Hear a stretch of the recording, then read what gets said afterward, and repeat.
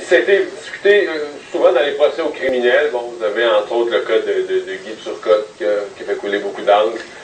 Où on se demande, en fait, on se demande toujours est-ce que le témoin expert, on comprend qu'à un moment donné, il y a une question de psychiatrie très avancée, très poussée. Il faut aller chercher des experts, des psychiatres. De toute façon, dont ça fonctionne maintenant, ce sont les parties qui amènent leurs experts. Par exemple, en défense, ça prend un psychiatre pour venir dire que ton client n'était pas conscient de ses gestes, avait des problèmes psychiatriques. Tu peux en consulter plusieurs. Si le premier dit, donc moi je pense que ton client, c'est un criminel qui n'a aucun problème psychiatrique et est responsable de ses actes, tu le discartes. Tu en trouves un qui dit, ah ben moi je serais prêt à avancer avec une thèse. Ah, je prends ce témoin expert-là. C'était aussi vrai en matière, ou c'est aussi vrai, je devrais dire, en matière civile. Je pense, entre autres, on entend souvent raconter ça dans les causes de CSST, dans les causes d'assurance automobile, ou même, toujours en présumant de la bonne foi des gens. Je ne veux pas faire de procès d'intention à peinturer au rouleau des procès d'intention sur des gens, mais quand même, il y a des gens, des médecins ou autres, on dirait qu'ils se spécialisent à être toujours du bord de la CSST, ou toujours contre la CSST, donc, le médecin va se spécialiser, mais il va toujours dire que cette personne-là est correcte pour retourner au travail. Ah oui, lui est bon, il doit retourner au travail. Et donc, il va devenir un témoin expert qui va gagner sa vie, avoir des revenus importants, en étant toujours embauché. Et l'inverse aussi, certains vont être toujours en défense. Là. Et là, ça amène la question, on se dit, ouais, expert. Tu sais, moi, mettons que j'engage un expert dans ma maison, là, parce que je veux faire vérifier, je sais pas, l'état du salaire, tout ça. Je ne veux pas que l'expert ne veut pas le payer pour qu'il me dise ce que je veux entendre. Je vais te payer si tu me dis que tout est correct, je vais payer si tu me dis que tout n'est pas correct. Là. Je veux vraiment que l'expert me dise, ben, j'imagine qu'un juge qui va trancher une question devrait être face au même genre de recherche de vérité, de dire, ben, je veux que l'expert me donne vraiment le meilleur point de vue possible selon sa connaissance. Est-ce que ça pourrait changer? Il semble que oui. Le ministre, à l'heure actuelle, le ministre Bertrand Saint-Arnaud, ministre de la Justice, planche sur un projet de loi qui va dans ce sens-là, qui va dans le sens de mieux réglementer pas aux criminels. Je reviens sur le cas de Guy Turcotte, pas aux criminels, vraiment au niveau civil. On va aller parler à Mme Danielle Delisle, qui est membre du conseil d'administration du groupe Assurance Invalidité. Bonjour, Mme Delisle. Bonjour, M. Dumont. Bon, parlez-moi des changements à la loi là, qui sont en cours. D'abord, avant de parler des changements à la loi, est-ce que vous pensez que c'est nécessaire d'avoir des changements à la loi? Est-ce que vous pensez qu'il y a des problèmes avec la loi actuelle? Absolument, M. Oui. Dumont. D'abord, il faut se poser une grosse question au Québec. Qui sont les experts?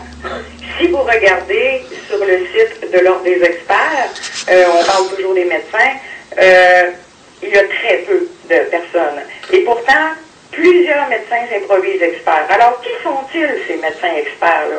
C'est la première question qu'il faut se poser. S'ils ne sont pas encadrés déjà par leur propre ordre, qui va les encadrer? C'est la première question à se poser. Et en vous posant cette question-là, pour vous, c'est clair qu'il y a un problème. Bon, maintenant, les changements à la loi qui sont envisagés, vous pensez qu'ils vont dans le bon sens? Ben oui et non, c'est parce qu'ils ne sont pas suffisants. Ils sont trop larges. Si on regarde, maintenant, on parle dans le projet de loi 28 de l'expertise commune. Ben l'expertise commune, c'est bien beau, mais comment ils vont s'entendre sur un expert? Pour qui travaille l'expert exactement? Il va travailler pour un, pour l'autre. Nous, ce qu'on voudrait, c'est que ce soit un peu comme en France. En France, qu'est-ce qui arrive, c'est que les médecins experts, ils travaillent directement pour la Cour. Ils ne peuvent pas travailler en privé. Et l'expert va être... Et donc, à ce moment-là, c'est le juge, vraiment. Ils sont les experts, on va dire, du juge. C'est le juge qui embauche ces experts. Ils sont payés par le juge et non pas d'aucune façon parler en lien avec les parties. Ben, aucun lien dans le choix de l'expert qui est nommé par le juge. Il travaille pour la Cour. Et la partie qui va perdre la cause, lui, il va être obligé de payer les frais avec les dépenses. Simplement. Mais les médecins experts qui va travailler dans le dossier, ils vont être vraiment équitables. Il n'y aura pas d'expertise nébuleuse à ce moment-là. Mais avez-vous l'impression à l'heure actuelle, parce qu'on cherche toujours à prendre des mots qui ne sont pas trop durs, on ne va pas dire que les gens sont achetés, mais avez-vous l'impression que présentement, il y a vraiment des experts, dans le fond, que... Absolument, il agisse en fonction de celui qui signe le chèque en bout de ligne. Il donne l'avis qui est recherché par celui qui va les payer. plutôt que vraiment un avis, on va dire, une évaluation indépendante basée sur ce que devrait être leur expertise. Exactement, M. Dumont. Je vais vous donner le meilleur cas qu'on puisse avoir. Dans notre groupe, il y a une dame qui faisait, avant d'être invalide, des transcriptions médico-légales pour des bureaux d'experts. Cette dame-là nous a affirmé que l'employeur qui l'embauchait, elle s'était rendue compte de plusieurs choses qui ne fonctionnaient pas. La personne lui semblait vraiment invalide, sans aucun doute. Et le médecin expert qui avait fait l'expertise dont elle faisait la transcription, lui disait que la personne était apte au travail. Alors, elle s'est posé des questions plusieurs fois et à un moment donné, elle est allée voir son patron, lui a dit, là, je comprends pas, il faut m'expliquer. Cette personne-là est vraiment invalide. Et son patron de lui répondre, ben, tu sais, les compagnies d'assurance, c'est payant, puis ça paye vos parties de Noël. Alors, ça va jusque-là, M. Dumont. Oui. Et maintenant, cette personne-là était secrétaire médico-légal, mais maintenant, elle est passée de l'autre côté, elle est avec vous, et elle témoigne de ce vécu-là. Donc, si on se résume, le projet de loi actuel, vous dites, c'est un pas dans la bonne direction, mais en ce qui vous concerne, ça ne va pas encore assez loin.